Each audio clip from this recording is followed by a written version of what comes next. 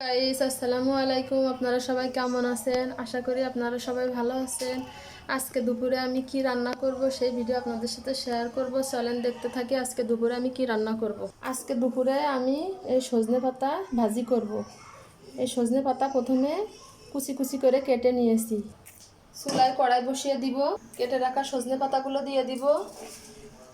অল্প পরিমাণ পানি দিয়ে দিব। অল্প পরিমাণ লবণ দিয়ে দিব। কেটে রাখা পেঁয়াজ, মরিচ, রসুন দিয়ে দিব।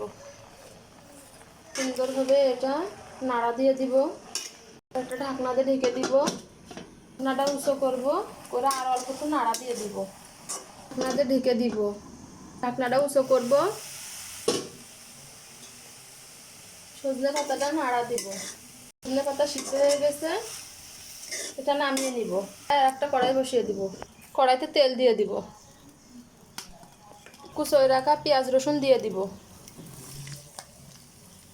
এবার এটা সুন্দর করে লাল লাল করে ভেজে নেব। জিরে দিয়ে দিব। সুন্দরভাবে নেড়ে নিব। এবার সজনে পাতা দিয়ে দিব এর ভিতরে। সুন্দরভাবে এটা ভেজে নিব। আমার সজনে পাতা ভাজি করা কমপ্লিট। আপনাদের যদি ভালো লেগে থাকে লাইক কমেন্ট শেয়ার করে দিবেন। ধন্যবাদ সবাইকে।